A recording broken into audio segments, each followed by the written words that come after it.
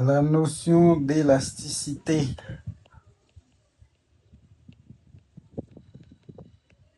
La notion d'élasticité. Définition d'élasticité.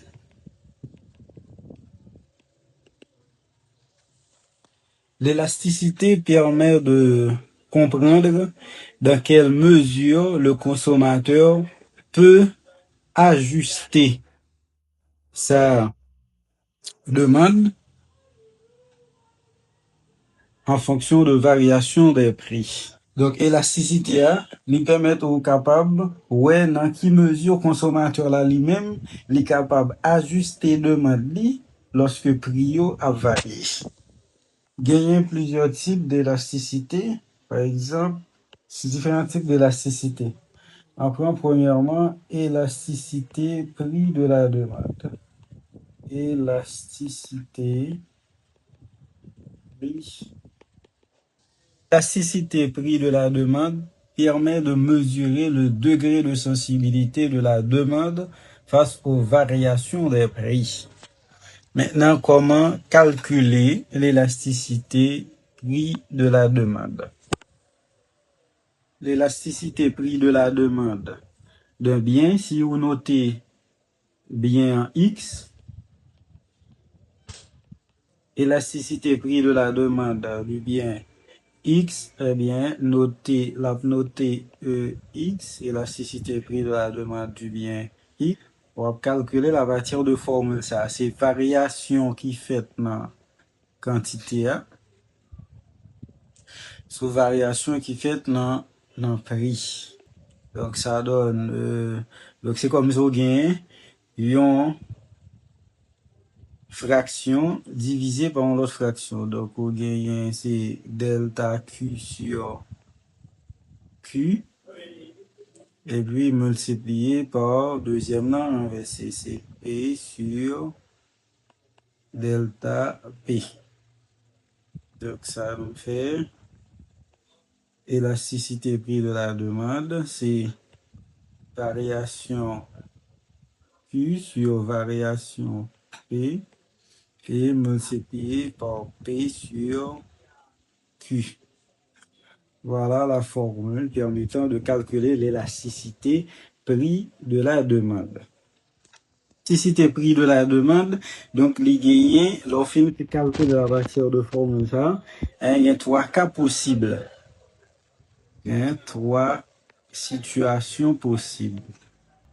Situation ça c'est si élasticité prix de la demande est supérieure à 1, les ça nous parler de demande élastique.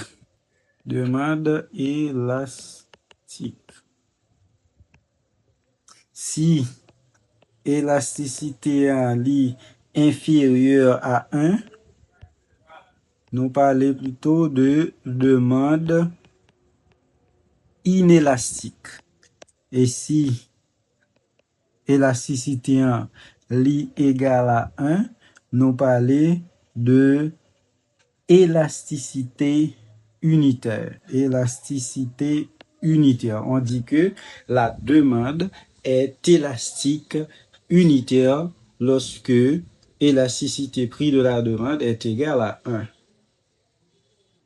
Maintenant, on a parlé de élasticité revenu de la demande. Élasticité revenu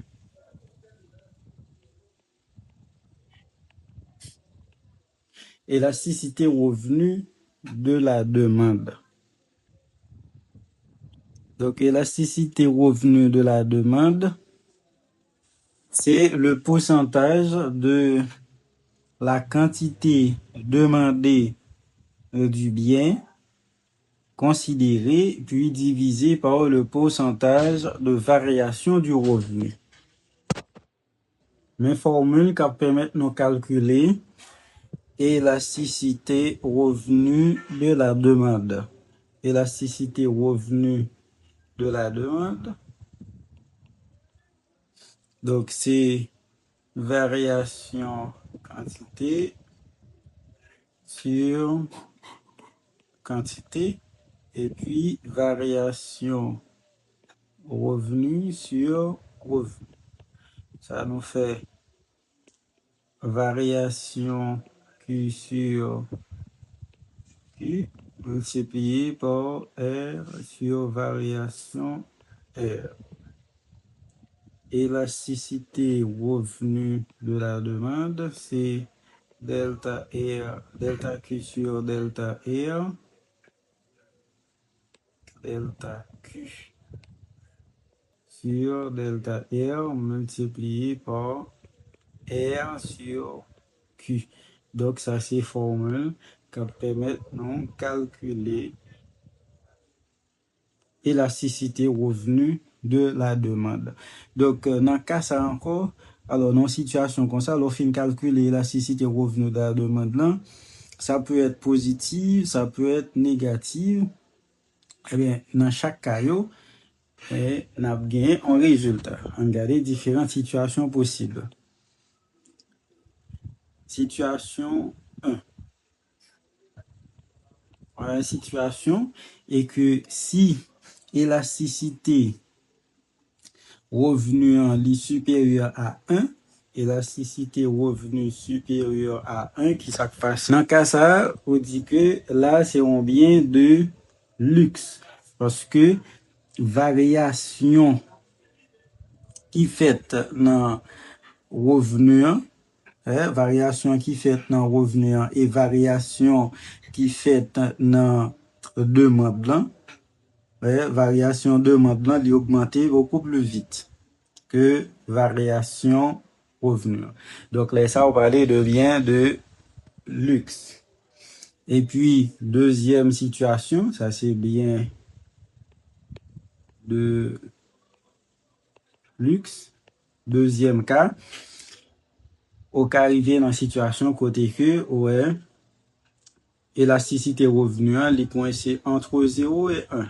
Si l'élasticité revenu est coincé entre 0 et 1, eh bien, les ça, nous parlons de bien normal.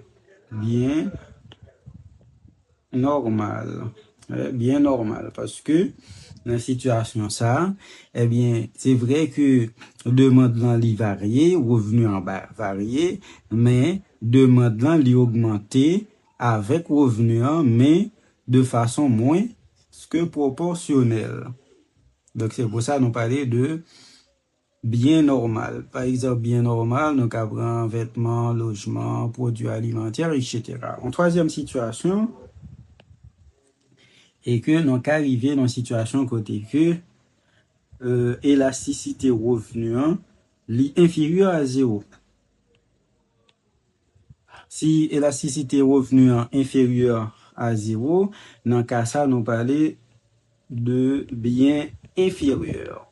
Notez tout à l'heure qui s'agit bien inférieur. Élasticité croisée de la demande. Donc, élasticité croisée de la demande. Ça sont l'autre type. Élasticité croisée. Élasticité croisée de la demande. Donc, si nous avons une élasticité croisée de la demande, ça signifie que au moins nous gagnons deux biens.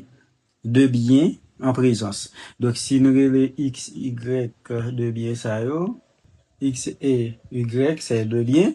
Contrairement avec cas précédent, nous avons parlé de un bien. Maintenant, comment déterminer élasticité croisée de la demande? Formule qui permet de utiliser et calculer, c'est X par rapport à Y. C'est delta Q X sur QX et puis divisé par delta PY sur PY. Donc, c'est même des machins. On gagne delta QX sur QX par PY divisé par delta PY.